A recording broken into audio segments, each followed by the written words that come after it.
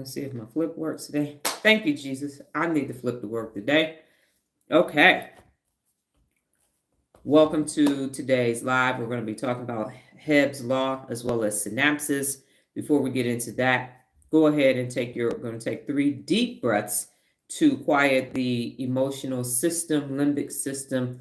Let it know, chill out. All we're doing is learning today, and just get the mind centered and ready to absorb this new information today. On your own, go ahead and inhale and exhale 3 times, 3 deep breaths.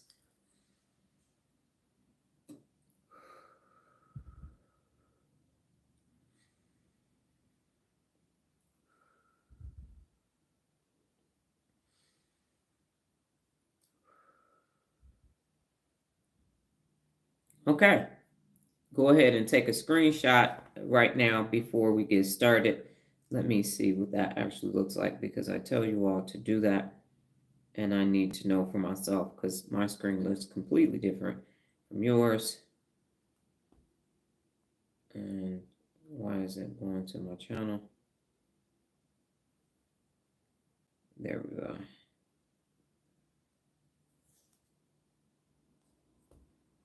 Okay, yes, so you can actually do that. So if you go ahead and get your screenshot right now, whether you're watching on the replay or watching later currently, that'll allow you to be able to see what I'm talking about, because you're definitely going to need that today. Pour a lot of oil. All right, let me get back so you can see me. All right, I am back. Guess who's back? Today, we're going to do things a little bit differently, and I'm not going to do the brain bit at the end. I'm going to do it at the beginning because this will give you a foundation. Secondarily, hydration. Dr. Bing, neurologist on TikTok, said your brain is 75% water. And even though most of us have just slept and gotten up, if you're on the West Coast, it's still early. There might be people still asleep on the West Coast because it's 5:30. But your body needs hydration just from sleeping. So as a result of that, go ahead and get some water. Start drinking. I'm going to start drinking because I got almonds and doggone, what is it? Not cashews. Damn it, what are these things? It'll come to me in a second. Gotta love perimenopause. Anyway, getting in my nuts and omega-3s. Nope, not cashews. Damn. Okay. Anyway, that's going to bother me. So here is the brain fact for today. So the brain bit actually is for synapses. And so here it is. Every time you learn something new or form a new memory, your brain strengthens or creates synapses. It's not almonds, it's this other one. This waxy one that I hate. You know, the other waxy one. That's a light. It's not a cashew.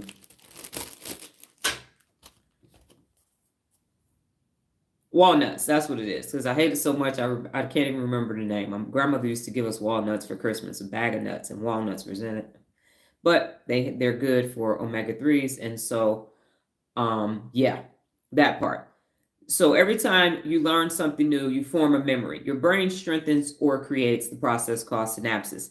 Now, these are tiny gaps between neurons where communication happens. So a single neuron in your brain can form up to 10,000 synaptic connections, creating a vast network that shapes your thoughts, your behaviors, and your identities. So what happens is more synapses equals more learning power. The more synapses that you have, the more connectivity that you have, the more you strengthen your ability to learn. So the more you use a pathway through repetition or focus, the stronger the synapse becomes. This is in essence of learning and neuroplasticity. So basically, the more you learn, the more you learn. And the more you strengthen what you are learning, the stronger those neural pathways become, and the harder it is for you to not have that. So that works as well for good things and for bad things. Unfortunately, we as a society are hardwired for negativity bias, and that's why you get up, you're looking for things bad to happen, you're looking for the threat all day long because of the wiring. But the good news is, because of neuroplasticity, if you don't use that neural pathway, guess what happens? You no longer have access to it, and that process is called pruning, which we will talk about today. I am just waiting for my everything to upload. Okay, so I'm going to turn this back again and you should be able to see most of this graphics. We're talking about Hebb's law, synaptogenesis, neural integration with synapses, synaptic plasticity, and then the 4 different types of neuroplasticity. That's what we will be covering today. I am just giving an overview. Yesterday, I did not think that the live was going to cause as much cognitive overload as it has. But with the limitations of YouTube, me not being able to be present and flip and do all these other things, but still keep the information on YouTube so that it can be recorded for later use, here's where we are this morning. So if you haven't done so already, go ahead and take a screenshot. And you can even go back to the beginning of the live after this is over and get a screenshot of the graphics that I will be discussing today. So Hebb's law is the foundational, fundamental principle in neuroscience that explains how neurons in the brain strengthen their connection through repeated activation. It is often summarized as neurons that fire together, wire together. So the objective is that two neurons meet in the bar at 1 o'clock in the morning. No, that's not, that's not how it happens. But they come together, and if there is enough potentiation, enough activity, then they will connect, and they have receptors on the end, and neurotransmission will take place, and then they will be together. So when you keep doing something repeatedly over and over and over again, you fire together, you wire together, you're stuck together. Is basically what that means. So in full definition, when one neuron repeatedly or persistently activates another, the connection between them becomes stronger. So in technical terms, it's synaptic efficacy, and that's the strength of a synapse, and it increases. So what you have is a presynaptic neuron sending information, and so it's firing at the same time as a postsynaptic neuron. So you got a pre and a post, and both of them are sending pulses. Now what happens is, if they connect, then you have I'm firing, you're firing, and now we're wiring and we're coming together. And if you don't, then we don't wire together, we don't fire together, and we don't connect at all. So the temporal correlation between the firing causing the long-term potentiation, which is the LTP, also helps form neural circuitry for learning and memory. So what this research, Hebb's law said, is that if they fire, they wire, they come together. Because what has happened over time, 100 years and more, is what does it take for the brain to learn? How come the brain can learn and sometimes it cannot learn? So what is taking place? So there has been a lot of research over the years.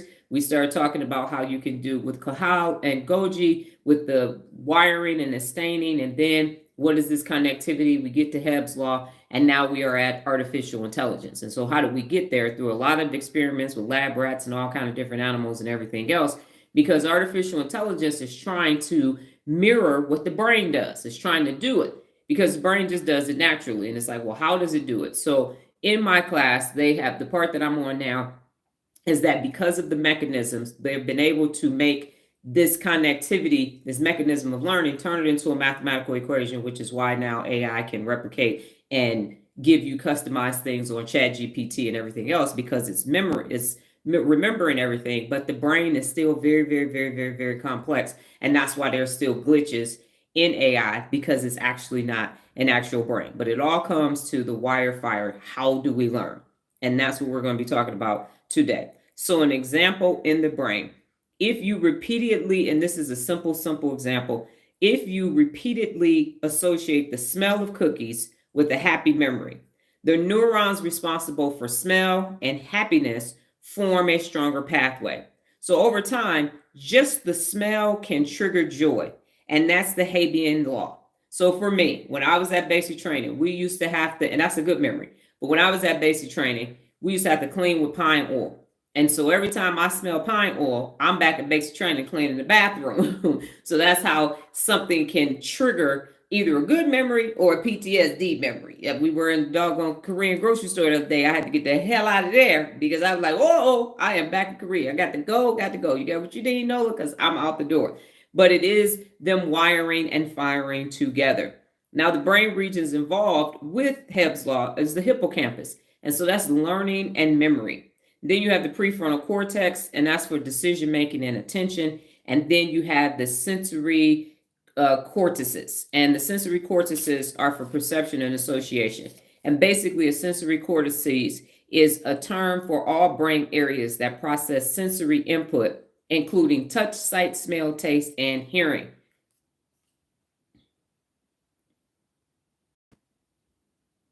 Okay, thank you for letting me know, Lola. Got it. All right, so now we have the brain-based activities grounded in Hebb's law, and it is deliberate practice. So it strengthens the skills for neural pathways. It's also visualization and repetition. That's why when you're in elementary school, we keep holding up things. What is this? This is a cat. What does a cat do? Meow. So you can put it together. And then it also helps with mentally rehearsing a task. It reinforces the circuitry. So even if you just say it in your head and you're just thinking A, B, C, D, E, F, G, H, I, J, K, L, M, N, O, P. And then the positive reinforcement is that it pairs behaviors with reward circuits, enhancing your empowerment to do all of that. Now, why does this matter? Hebb's law is the foundation for neuroplasticity. So anytime we say neuroplasticity, Hebb's law is the foundation. It is the mud seal. It's how we get here. And it is the brain's ability to adapt and rewire through experience, learning, and intentional effort. So it's your brain's ability to do that. At one point, neuroscientists thought, this is it. This is all the neurons you're getting. The brain can't change. It's fixed. You're stuck. If you were born dumb, you're going to die dumb. And that is not the case. And so throughout all these years of research, we now know that wire fire. So I'm going to turn this back and you can look at Hebb's law, which is at the top. And so what you have is a presynaptic neuron and a postsynaptic neuron. And if you see that yellow dotted line in the middle, that is the synapses. So that's where they're wiring and firing and connecting to each other to create that connection, that connectivity that you need for a neural pathway.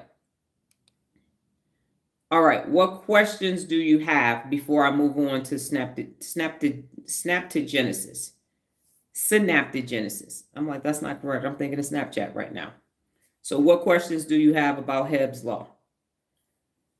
And again, this is an overview. I will continue because this is Wired Wednesday. I will continue to keep adding to it, but you do need a foundation. And it will be much simpler if we were all in the same room so that you could see it and we could see it at the same time. And I don't have to keep going in and out. But we are on YouTube. We're not on TikTok. So we are where we are with the functionality of what we have. We do what we have to do what we want to. Okay. Yes, ma'am. And good morning. So Hebb's law is a fundamental principle in neuroscience that explains how neurons in the brain strengthen their connection through repeated activation. And as you know, Regina, because you sent me information too, neurons that fire together wire together. And basically the proposition for Hebb's law is when one neuron repeatedly or persistently activates another, the connection between them becomes stronger. And again, from the graphic, what you have is a presynaptic neuron and postsynaptic. So the pre means that it's exciting, it's firing. The post means it fired and they connected, and that created the synapses in between. Let me know if you have it.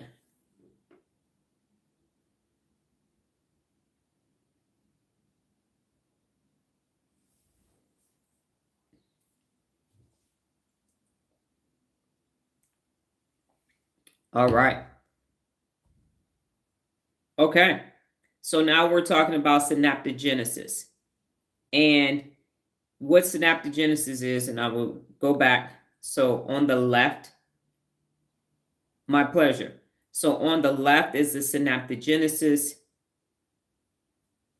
And I'll come back to it after I explain what it is.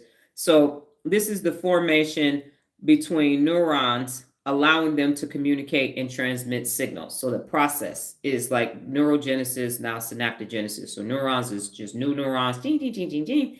And now they're going to come together in a synapse format And that's what this process is.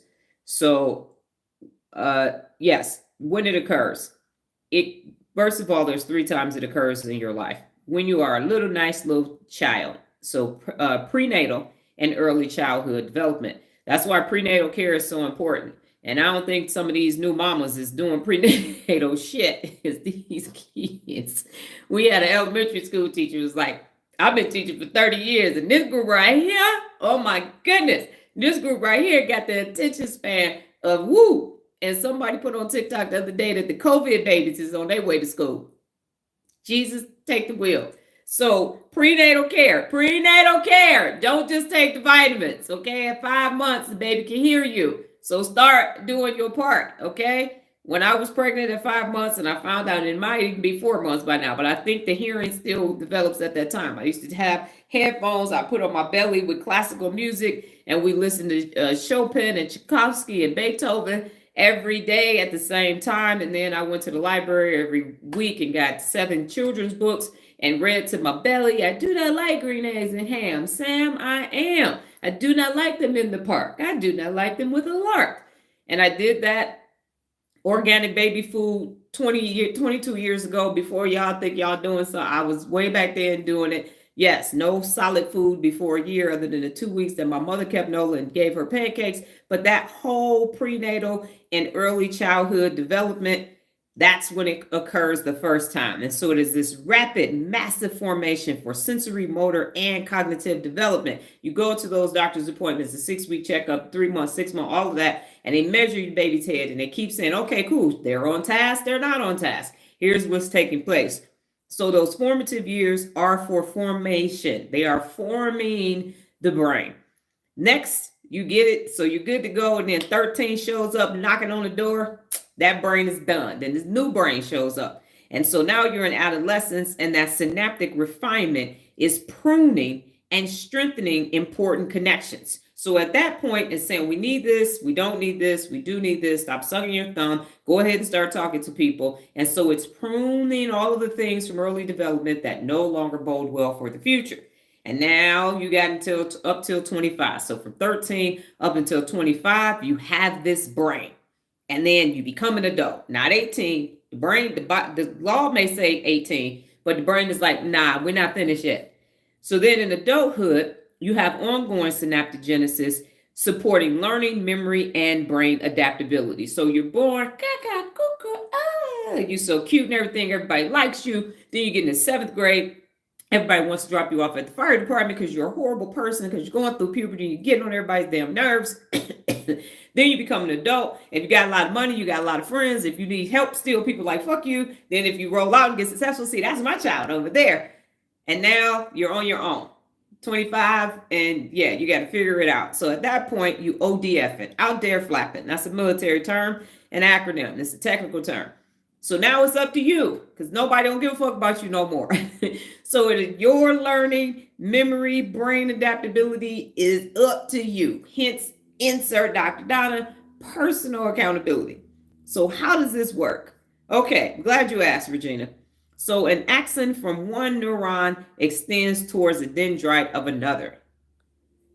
Okay, so you see your axon, you see your dendrite. Your axon looks like a shrimp with 2 tails. Your dendrite looks like the axon in the middle is a blue round circle, and then you got these twigs. It looks like a bunch of dead branches, okay? And then in the middle, that's where the synapses is at. So then you have synaptic terminals form at a junction filled with neurotransmitters. So if you look down at the bottom for the plasticity, you can kind of see that they're going to meet up. They are at the bar and they're like, yes, baby, meet me in the parking lot. We are going to have a good time. No, that's not what's happening, but they are meeting up. And so you repeat and strengthen these connections, and that's how Hebb's law comes into play. So you have a postsynaptic and a presynaptic connect neuron, and in the middle you see that yellow. So you have an axon and a dendrite, and then the synapses is in the middle, and if it wires enough, if it has enough action potential, they're going to connect. If it doesn't have enough action potential, they're not going to connect, and they're not going to wire and fire. All right, the brain regions involved are the hippocampus, because that's key in learning and memory. And remember, the whole point of synapses is to wire the brain so that you can learn, grow, and keep using those connections to become better, bigger, better, and stronger. Now you're using the hippocampus for key learning and memory, the prefrontal cortex, so that's the executive function and decision making, the cerebellum for all your coordination and movement, and then the sensory cortices again, so that's your vision, your touch, everything that you do, sound, all of that. So think of the 5 senses and all the different regions of the brain. That's what's coming together. I'd like to add at this point that right now, and I tried to explain this to Nola, and she was like, you're overwhelming me. So there are thousands and thousands and thousands and thousands of synaptic connections happening right now. So what you have is intercellular. So all of these happening in the cell in the same region of the brain. So I'm doing temporal lobe right here, but the prefrontal cortex, and then you got the parietal lobe and occipital lobe. So they're happening in the brain region, in the cell region, in the limbic system, in the hippocampus, and then they're sending messages, thousands and thousands of connections throughout the brain at the same time. So right now, your heart is beating, your lungs are doing what they need to do, your liver is digesting the food, your kidneys are doing their part, your brain is braining, your eyes are blinking, I'm breathing, I'm doing like this, and all of my other bodily functions. For me, you know how many connections it takes for me to just do this movement and this right here. All of this is happening. I'm still blinking, talking, breathing, and this, the mobility, I'm thinking. That's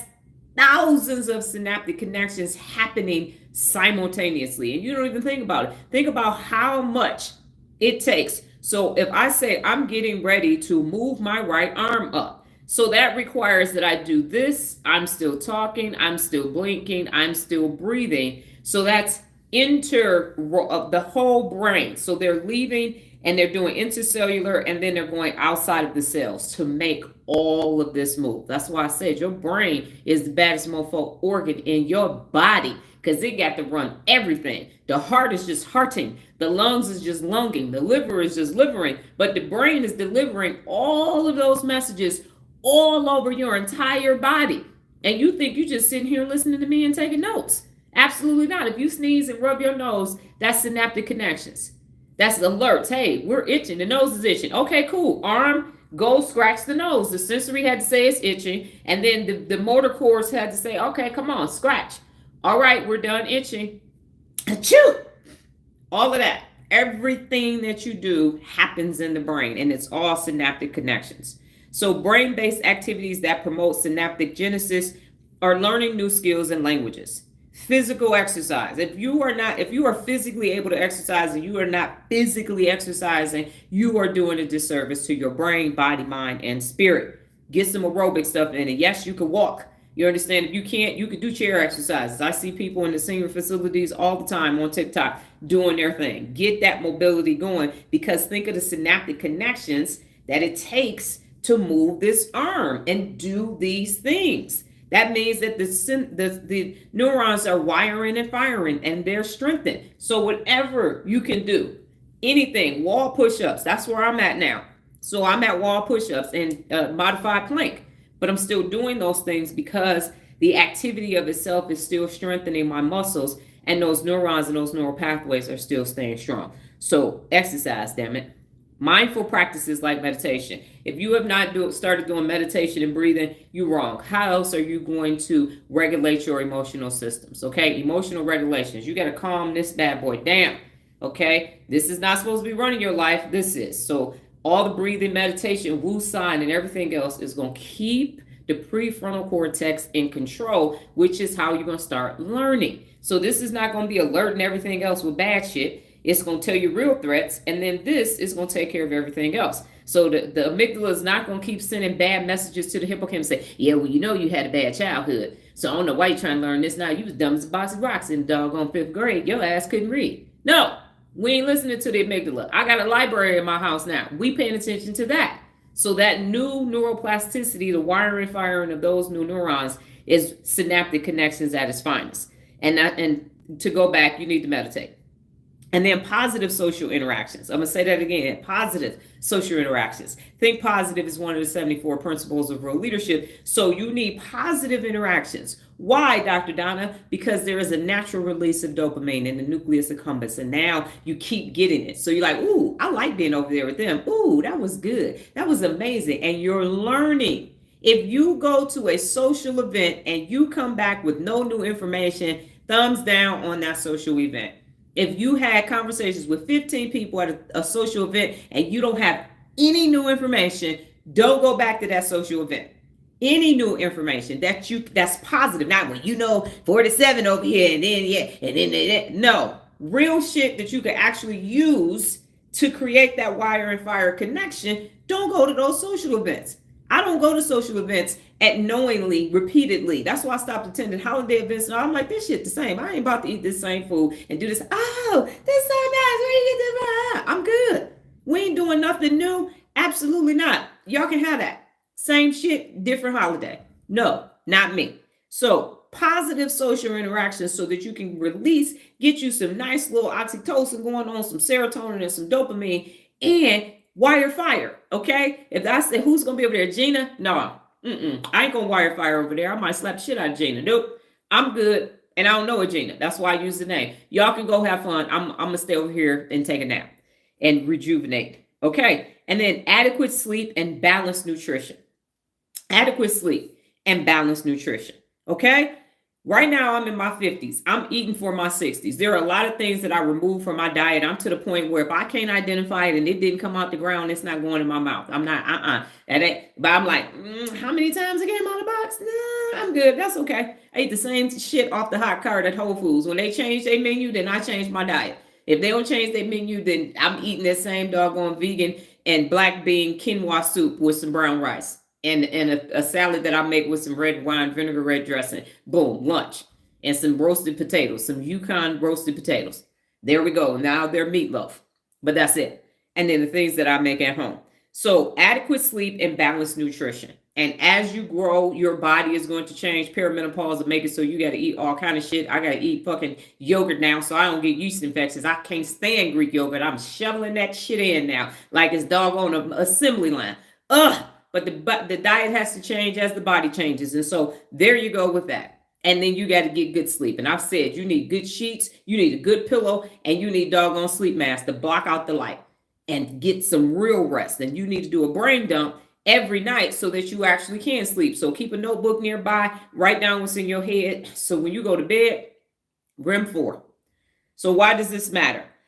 Because it supports cognitive flexibility, resilience, and lifelong learning. If you're going to be a real leader, you're going to be a lifelong learner. If you don't want to be a lifelong learner, you can exit stage left, and your working memory will not thank you 30 years from now because it won't be able to, because your brain being atrophied, and you can be sitting in the old folks' home doing Sudoku, trying to figure out why shit ain't working out for you. Your working memory was unemployed for 30 years. So lifelong learning, because that's what's good for the brain. Just like you need to keep moving your muscles, you keep this a muscle. So you got to keep putting things in it so it will keep working at a very, very, very, very, very, very, very, very, very, very, very high level. Now, it also plays a role in healing and recovery after brain injuries. And I've said that there's research that when a stroke happens or a head injury happens, the rest of the brain will take over and say, we got this, and will work around that neurological injury. And it encourages brain growth and mental agility. So you do not have to have this old school ass fixed mindset. I am amazed at how many people, and I'm an ex, and I'm talking about my peers in their 50s, are old as shit. I'm like, how are you this old? And we in our early 50s. We just got in them. And they are old. Their brain is old. Yeah, the young folks on the ticket attack. And you a young folk. What the hell are you talking about? Don't do that social media. No. Everybody in your business. Learning how to work on social media is helping the working memory. Nobody said that you got to post every damn thing that's happening in your life, but you do need the functionality of technology so you can create synapgenesis. So you can have new neurons wiring and firing. Your neurons is like, oh, shit, you want me to fire? Okay. It's not working. They're like, fire? What a lie. We ain't fired since 1992. What was happening over there? What what the hell is going on in the prefrontal? Y'all see that? The limbic system is eating popcorn. Like, what? They're trying to think. Let's see how this goes. And it's the prefrontal cortex. Can't get a thought together. So yes, you actually need mental agility, and it happens every single day. You should say, you know what? I think I'm going to go ahead and let 20,000 neurons wire and fire today. Let's go ahead and do a heavy duty workout. You know what? Let's go ahead and make it 100,000 stacks. That's what we're going to do. That's what we're going to do every single day. So what questions do you have about synaptogenesis? Synaptogenesis. Before we move on.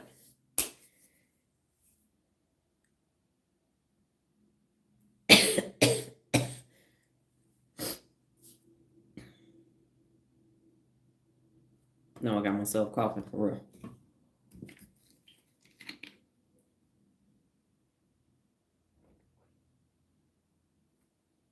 I see your response, Lola. Yes, I got it. All right. Regina says no questions. No preguntas. Nah, none. Okay. Next on the agenda is synaptic plasticity. All right. What is synaptic plasticity? Nola, I'm glad you asked. Synaptic plasticity is the brain's ability to strengthen or weaken synapses, the connections between neurons based on activity levels. It's a core mechanism for learning, memory, and adaptation. Okay?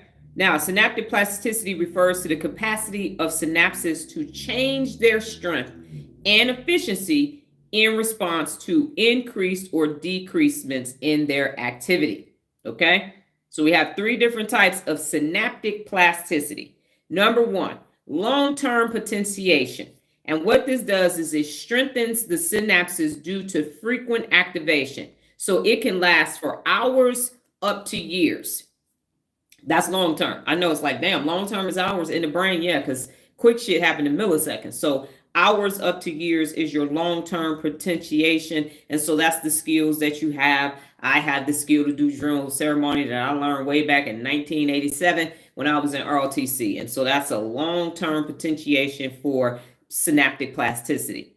Then you have long-term depression, but it's not depression like you think. So it is the weakening of synapses due to low or irregular activity. And this can be long-lasting. So when I say you can prune the negativity bias neural pathway in your brain, you use long-term depression to do it. If you don't use negativity bias, prune it. Use it or lose it. You will lose it. And it's long-lasting. That's the time scale. Stop using negativity bias, and guess what's going to happen? Gone, gone, gone, gone, gone. Bad habit used to choke the shit out of people, and now you don't. Long-term depression. Bye. See you later. So long, sucker. See you later. Bye-bye, baby. Absolutely not. Kick rocks. Miss me with that nonsense. So you actually have the ability to say, I don't do that no more. I don't use that no more. I don't eat pork no more. I ain't ate pork since 1991. Gone. Gone. If I eat it now, I'm gonna be sick as a dog. I don't do that no more. So it's a bunch of things that I don't do anymore. A bunch of generational curses that I broke. We don't do that in this family. I'm not a drug addict. I'm not an alcoholic. I'm not a liar. I'm not a manipulative ass motherfucker. I'm not. All those neural pathways gone. So you have the ability to do it. And then the next one is short-term plasticity. And I know you want to know what that is. And short-term plasticity, and now that we have Thinking Thursday, because I forgot I was doing these, short-term plasticity is temporary changes in synaptic strength due to recent activity, milliseconds to minutes. So what the hell does that mean, Dr. Donna? Remember when we were doing the duals and backs? And so I give you all four numbers, and I have on my page today, 46, 38, 29, 4. And then I say, what's the second number? So now you got to go back. That dual in black is milliseconds to minutes. So it's something quick that you do. Make this an acronym, and then it's over. So that's your short-term plasticity. Getting to an address. You remember the address to get there, and then the next thing you know, once you look at it, you're there, you're done. That's it. Okay, and so the biological mechanism. So again, you have long-term potentiation, and that's anywhere from hours to lifetime. Long-term depression. I ain't gonna do that shit no more. long-term, long-lasting, and then short-term plasticity, usually happening in your working memory, is anywhere from milliseconds to minutes, and then you're done. So the biological mechanisms are this.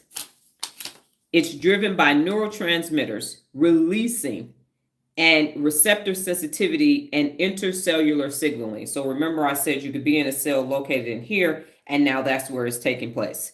It involves changes in your glutamate and calcium signaling. And so glutamate receptors are the AMPA and the NMDA. And what happens is in the glutamate receptors, it involves the transmissions of signals via glutamate as a key excitatory neurotransmitter. And so the AMPA is responsible for fast excitatory neurotransmitters, and then the NMDA is important for synaptic plasticity, learning, and memory. And so basically what neurotransmitters are they are endogenous chemicals that allow neurons to communicate with each other throughout the body. And they enable the brain to provide a variety of functions through the process of chemical synaptic transmissions. And they are integral in shaping everyday life. So what happens is, let me go back to this. So if you look at the synaptic plasticity, the one at the bottom, you will see that there is a release. So at the end of all the dendrites are little receptors. So when two neurons come together, there is a space, and they're wiring and getting ready to fire. And if they wire, there's going to be a neurotransmitter that is released. The chemical is going to get released into that postsynaptic neuron. That's how you have a wire-fire connection. And in that, you can get a release of dopamine, you can get a release of oxytocin, but that is happening throughout your body.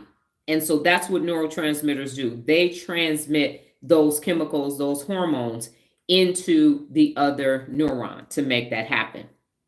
And then additionally, you have calcium signaling that's also taking place in your synaptic plasticity. And the calcium signaling is the process where cells use changes in calcium ion and the concentration to communicate and trigger various cellular responses. So it's a fundamental mechanism for regulating cell activities, activating a versatile intracellular message. So that them talking to each other, all of that is happening at the same time from that wire-fire connectivity that's taking place.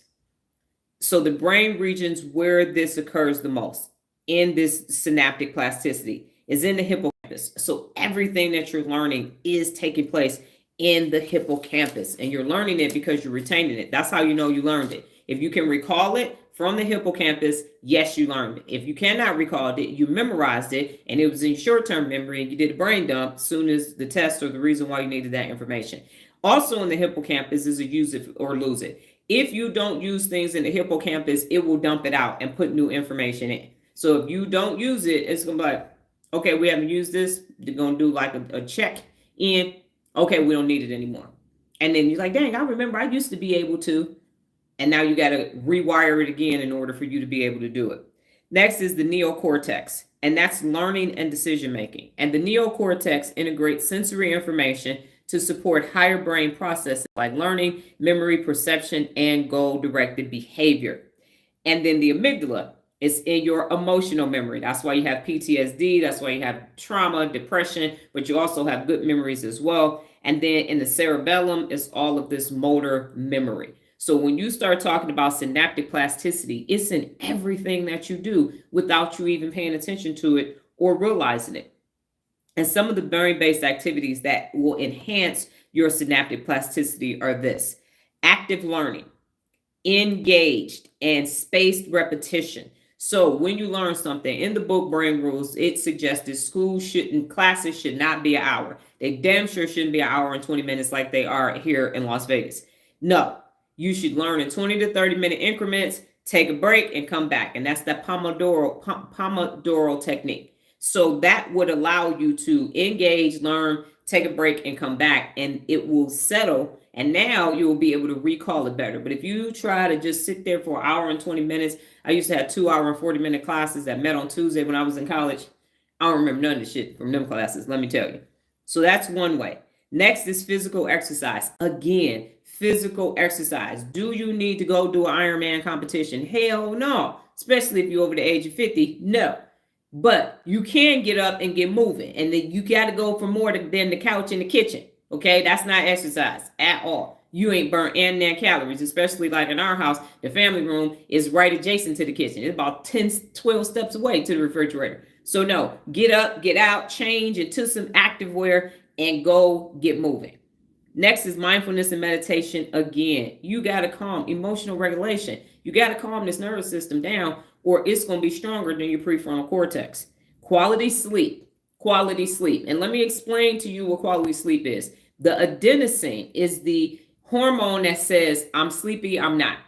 And so it's low when you're awake and it's high as hell when it's time to go to sleep. So again, that 2 o'clock time or midday, if you work second shift about 6 p.m., where you sleepy and you're like, oh, I'm gonna go to sleep, let me get some caffeine. No, because that caffeine is gonna interfere with the adenosine. And then when it's time for you to actually go to sleep, you're not gonna be able to go to sleep. So then you're gonna take Ambien.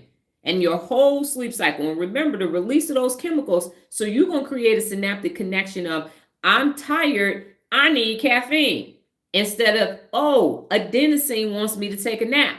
And that's why it was so hard for me to get off of caffeine, because I was going through withdrawals. Them synaptic connections was like, where the caffeine? Where the caffeine? And they're like, oh my God, we firing, but you're not giving us no caffeine. Where? We need our caffeine release. And I'm like, no, you're not getting it. Where the sugar? Where the sugar? No, you're not getting it. So that's how you become addicted to things, because now it's chemically dependent.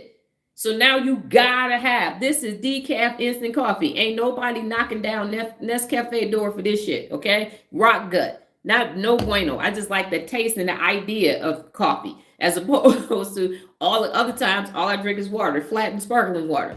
So, and green drinks now. Back again. So now you got the release and you can't get good sleep. So now you're going to the doctor, yeah, I need sleep pills. No, you don't. Your ass need to stop drinking caffeine 8 to 10 hours before you're going to go to bed. So if you go to bed at 10, by 2 o'clock, you done with caffeine.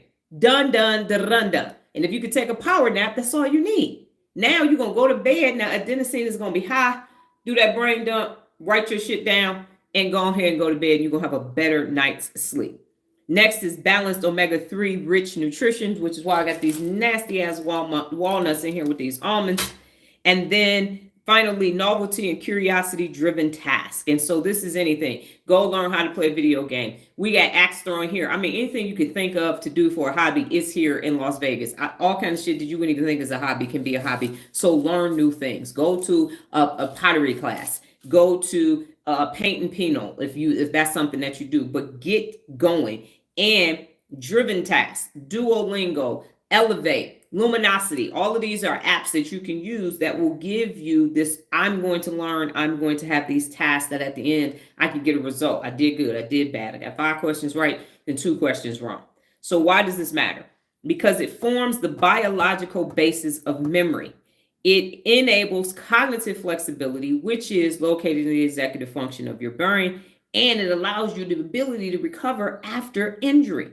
And the underlying factor of this is the adaptability of the brain in different environments. So we'll be in North Las Vegas, and Henderson in the same day. That's 3 different cities. Boom, boom, boom. And 3 different households with 3 different cultures, with 3 different nationalities or ethnicities, and be able to adapt to whatever the environment. We could be in the morning, especially in the spring, it could be freezing cold. We outside, then we're in somebody's house in the middle of the day. At the end of the day, it's hot as hell and we're back outside again. That cognitive flexibility allows us to be able to do those things.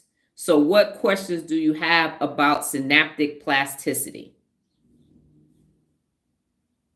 Or if it's clear, let me know. And again, this is an overview. I understand it might feel like a fire hose today. I'm well aware of that, but we got to get this foundation in, and then I can come back and specifically get to different areas as we grow forward. So if no questions, just tell me, let me know. Got it.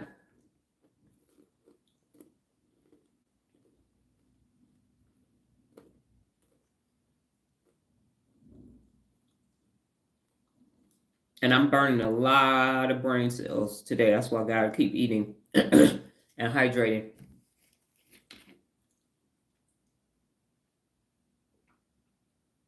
Because I'm at a whole nother different level of instructions this morning. Let me tell you. Okay. Next on the agenda is the 4 types of plasticity.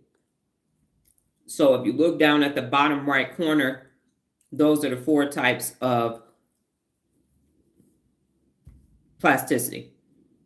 Okay, so there are four primary types of neuroplasticity, and that describes how the brain adapts, rewires, changes in response to experience, learning, injury, and environment. And these are different than the ones from yesterday, because the ones from yesterday were for neural construction. Okay, so here is number 1, synaptic plasticity. And the definition of that is that it changes in the strength of the synapses between neurons. And the mechanism for this is the long-term potentiation or long-term depression. And we talked about the long-term potentiation is hours to a lifetime, and that's a good thing. And then long-term depression, the LTD, is get rid of this shit because I ain't using it. And the purpose is for learning and memory, and it practice. So an example is practicing a skill, strengthening synaptic connections involved in that task. So if you keep doing a foreign language, if you keep me every day learning something about the brain, that's what's happening for that. So I'm keeping it in my LTP, or I'm dumping it because it is no bueno for me, or no braino for me. All right, so that's number 1, synaptic plasticity. Number 2 is structural plasticity. And the definition of this, is physical changes in the brain's structure. So growth of new dendrites, axons, and synapses. So let me go back to that. So if you look at the neural integration, the one on the right that kind of looks like a tree branch, that's what's happening is you have those dendrites that looks like branches. In the middle, you have the soma, which is the cell, and now you're going to have growth of all of those. That's a functional change in the brain. And this is neurogenesis and dendritic remodeling. So you're remodeling your brain. And the purpose is for long-term learning, adaptation, and recovery from injury. So remember when I said the other day I had those 12 post-its that I had stuff on it, and I was like, what's the difference between neurogenesis and neuroplasticity? 10 months ago, I didn't know that. Now I know it like the back of my hand. So there's some structural changes that are taking place neurologically for me. And another example is learning a new language increases the gray matter density in language-related brain areas. So, Regina, by you learning Spanish, all of the occipital lobe and all of that parietal lobe, everything that has to do with the left hemisphere, everything that has to do with language, you are actually structurally changing your brain by learning that foreign language. So you probably didn't know that, or maybe you did. Now you know. So keep doing it. Okay? All right, next is functional plasticity. And the definition of functional plasticity is the brain's ability to shift functions from damaged areas to undamaged regions. The mechanism for this is the recruitment of alternate neural circuits. And the purpose is recovery after a brain injury or a stroke. So for example, if you have a stroke on the right side of your body, that means that the left side of your brain is damaged. So what will happen is the right part of your brain will take over the functionality of the left part and strengthen it so that you can start to get mobility and everything back in your body. So it's just like if you go blind, the other 4 senses will get stronger. So that's the same thing. Oh, congratulations, Lola. Congratulations. That's awesome. So you too are having a structural change in your brain. So the functional plasticity. So example, after a stroke, undamaged brain regions may take over language or motor functions. And that's what I mentioned. So now you have functional plasticity. So that's why people are like, I had a brain injury, but now I can still do all of these other things. It's just that wiring and firing is happening. And now all of these connections are just rerouting where they can go, because think of it as a dead end or construction zone. And so you're just taking a detour. My pleasure. You're taking a detour to get to the other parts of the brain that are not, regions of the brain and lobes that are not damaged. And then number 4, experience-dependent plasticity. And so the definition of this is plastic changes that occur in response to specific life experiences. And so the mechanism is use dependent neural reorganization. And the purpose is to tailor the brain to an individual's unique environment and learning history. So what happens is, in this instance, this example is a violinist develops enhanced somatosensory representation in the fingers. And what that is it isn't static. so it can change and adapt based upon experience and sensory input. So for example, a body part that expands if used more frequently and if it receives increased sensory input. So when Nola first started her business, because I didn't really like that violinist example, I'm like, I played the violin, but we don't run into violinists on the street. How many times you talk to somebody and you say, what you do for a living? I'm a violinist. That don't happen. So here's a better example. When Nola first started her business, I was stronger than her. I was having to pick up boxes and she needed help with all of that. Now she throw up all kind of boxes because of the strength, and her upper body strength has increased as a result of this somatory sensory representation. So if you think of somatic markers, it's like I keep doing this and my body is going to get stronger to be able to do this thing. So what questions do you have about the 4 types of neuroplasticity? And I will show you the, and now YouTube will not let me do what I was doing. I can't flip the screen anymore. Let's see if the green screen comes back. Okay, there we go. So I can't flip the screen anymore. Okay, yes, I can go over the second one, but I can't show it to y'all because now YouTube won't. I guess I flipped too many times. So is it structural plasticity? Nola, the structural plasticity one. So that's the physical changes in the brain structure. So it's growth of new dendrites, axons, and synapses. So you're actually creating new synaptic connections, the things that make synapses work. Yes, I'm back. So you said the second one. So that's structural plasticity. So that's the physical changes in the brain where you get new dendrites, axons, and synapses. And so that's where your neurogenesis and your dendritic remodeling takes place. And basically that's your long-term learning, adaptation, and recovery from injury. So it's also if you need to recover from injury, but it's also where if you're using a foreign language, you can learn that foreign language and structurally your brain will change in those regions where the language resides. And then Lola said, by working with tools, my hands automatically grip it without thinking about it. Exactly, Lola. Yes, that is exact. And you're probably ambidextrous too, like Nola, because of what you have to do. And that's being strengthened because she will, if I have to do something with 2 hands, she'll be looking at me and I'm like, yeah, I know it looked like a kindergarten over here trying to put some shit together, but be quiet. We got to do these drawers. So yes, it becomes very much stronger. It's even like if you're cooking and now you're in the kitchen and you can have 4 pots on the stove going at the same time and not burn the meal. Okay. And then finally, if I'm not mistaken, we are at, yes, neural integration. And unfortunately, I can't flip back anymore because YouTube will kick me out. But neural integration with synapses. So neural integration with synapses refers to how the brain processes and coordinates information. And Nola, let me know if I answered your question. By contributing signals at the level of synapses, the communication points between the neurons. So here is the definition. Neural integration is the process by which a neuron sums up an incoming signal for multiple synapses and determines whether to fire an action potential, a neural signal. So they could be like, hey, I'm over here. Woo, look at me, look at me, look at me, look at me. And neural integration is like, I don't give a fuck about none of that shit. I don't care about you. Woo. So it decides if woo is actually going to turn into woo. We connected, baby. Let's go ahead and release some doggone dopamine. Give you some neurotransmission over here, baby. It gets to decide. So how synapses enables neural integration? You have two types of integrations or signals that a neuron can receive. Excitatory signals, and that's the EPSP, and that encourages the neuron to fire. And then you have the inhibitory signals, and that's the IPSP, and that prevents the neurons from firing. And so the axon helix integrates these signals. And in the sum of excitatory, if it exceeds the input, then the threshold, the neuron fires. Okay, what does that mean?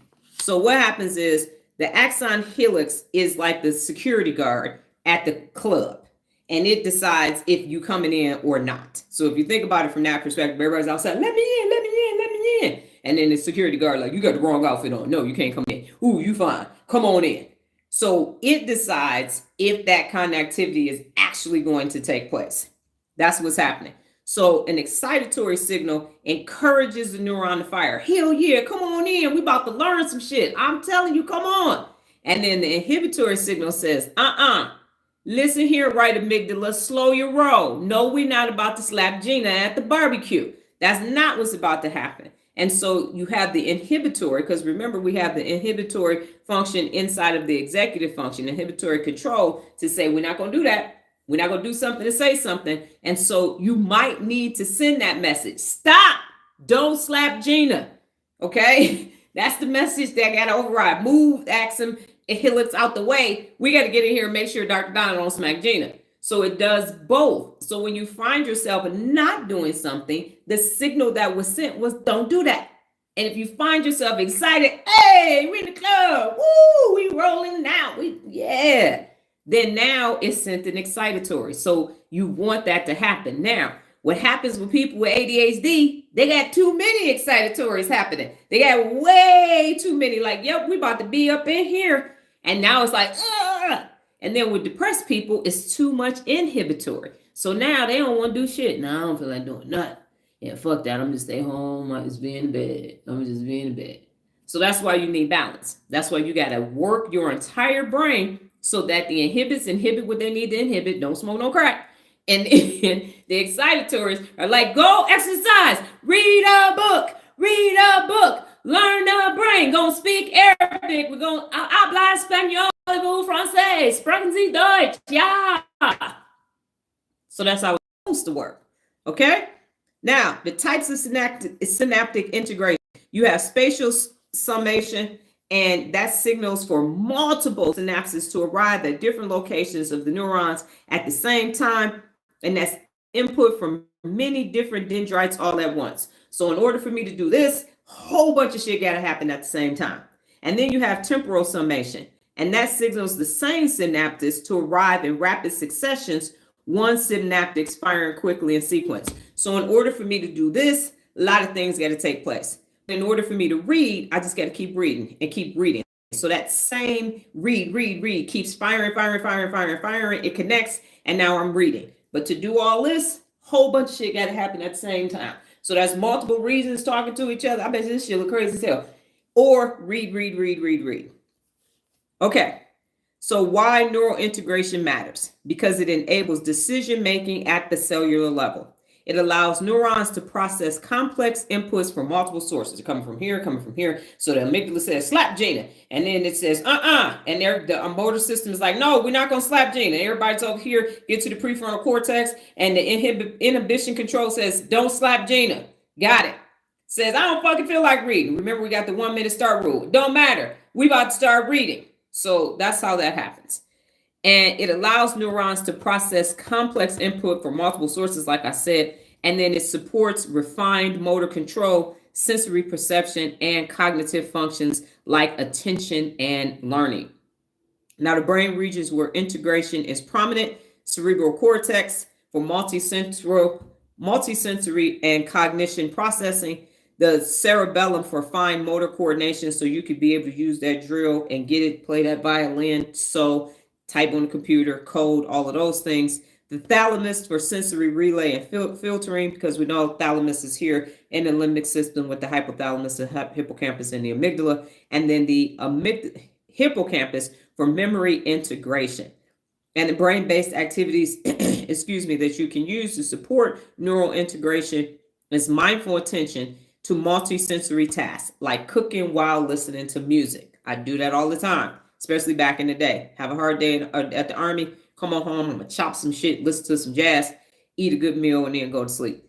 Interdisciplinary learning, art, science, math, bilateral movement activities, so dance, martial arts, capoeira, all kind of things. MMA, if you feel like, no. And then meditation and breath work, so it enhances the prefrontal integration. So in summary, because my amazing offspring asked me to do a summary, here is what is happening. Hebb's law said, when neurons fire, they wire. And they wire if the axon helix lets them in. So you got two neurons trying to fire and wire at each other. the security at the club is like, I don't know if you're gonna come in or not. I don't know if are you excited enough? Okay, come on in. They connect, and then this little bitty space, because this has receptors, so this is the postsynaptic, this is the presynaptic. They come right here, get real close, but they don't touch. And then there's a release of a neurotransmitter, and that creates the synaptic connection, and now you have a neural pathway. And that's happening thousands and thousands of times all day long. And with regards to Hebb's law, it's how do we learn?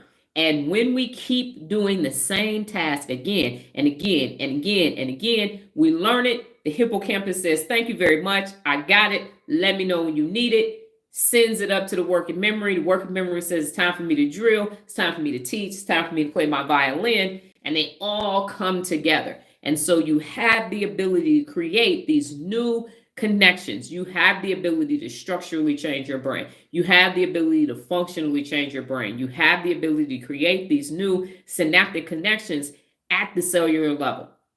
So Nola, let me know if that made sense to you. If not, I can go further. Tell me what part of that you didn't understand. So Hebb's law says neuron, fire, wire. That connection is the synaptic connection, and it is connected because there is a release of a neurotransmitter, and that's happening thousands and thousands and thousands of times across your entire brain, which makes it so that you can operate your entire body. Okay, and now we're at our 2 questions. Actually, I'm going to do 3 questions today. What did you learn today? What did you learn about yourself? And what did you learn about your amazing brain? So those 3 questions.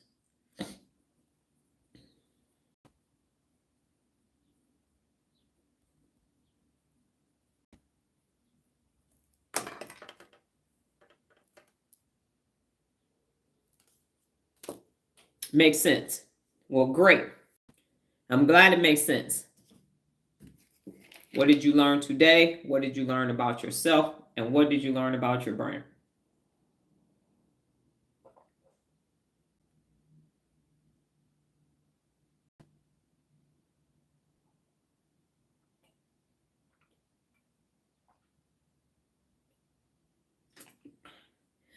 I learned that teaching about the brain, I feel like I just did an hour Zumba class. I never drank this much water on live. Woo, shit.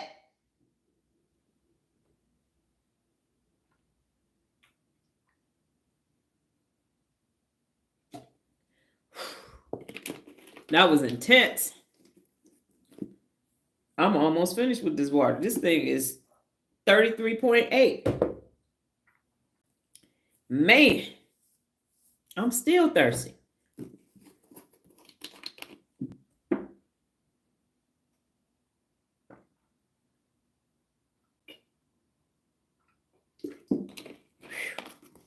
That was a workout.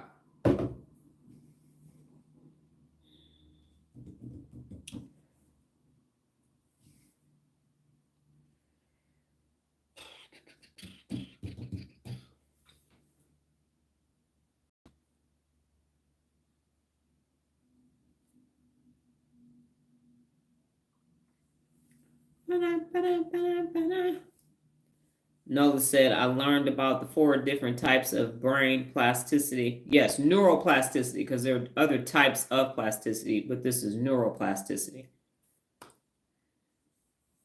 Regina said, I learned that Hebb's law is the foundation for understanding synapses and neuron functions in the brain, that these connections happen all the time in the brain, and we are not aware of this. That is correct. And Nola said, I learned about myself. I need to meditate, and everything you teach goes back to meditation. C. Yes, ma'am. You got to I'm telling you, the strength in that prefrontal cortex is the direct result of emotional regulation. If you let that amygdala take over, it's over. Either one of them. But especially the right one, because it just be popping off.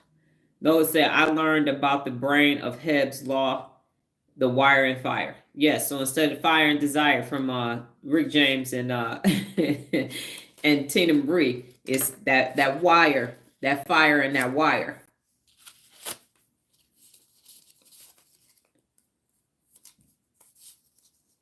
I had 8 sets of notes today, ladies and gentlemen. That's how come I know. This was intense for Dr. Donna. Whew.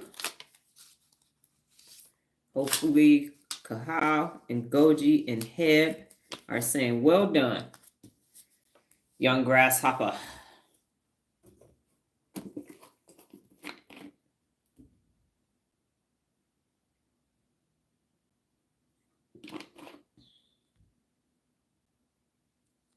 All right, Nola, you have all 3 of your answers.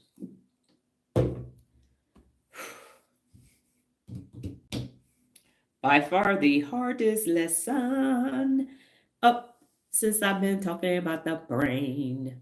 The hardest one to do. The hardest one to do. All right, Regina said, I learned that synaptic neuroplasticity makes it possible for stroke victims to recover structurally. This is meaningful since mother had a stroke and has regained mobility. Good to know why. Yes, the rest of the brain came to the rescue, those other regions that were not damaged, and said, we got you. We got this. And then what did you learn about your brain? And that's it. So I believe that this was as effective as it could have been based upon the learning environment and the learning constraints of YouTube. But the benefits outweigh the cons. The pros are better than the cons because the live is there. You can go back and see it. I can reference it, and it just gives it a full learning experience. On TikTok, I have to do too much, and then it still isn't available to a larger group of people. You can't really search it. Nobody's really going on TikTok looking for brain stuff, especially not Hebb's Law. Excuse me. Man. Lola, I learned by listening to your lectures every day helps a lot. For example, I'm reading. I'm at Planet Fitness member. I'm learning a new language and I'm learning to use my brain. Well, damn, Lola, you kicking, you just wow.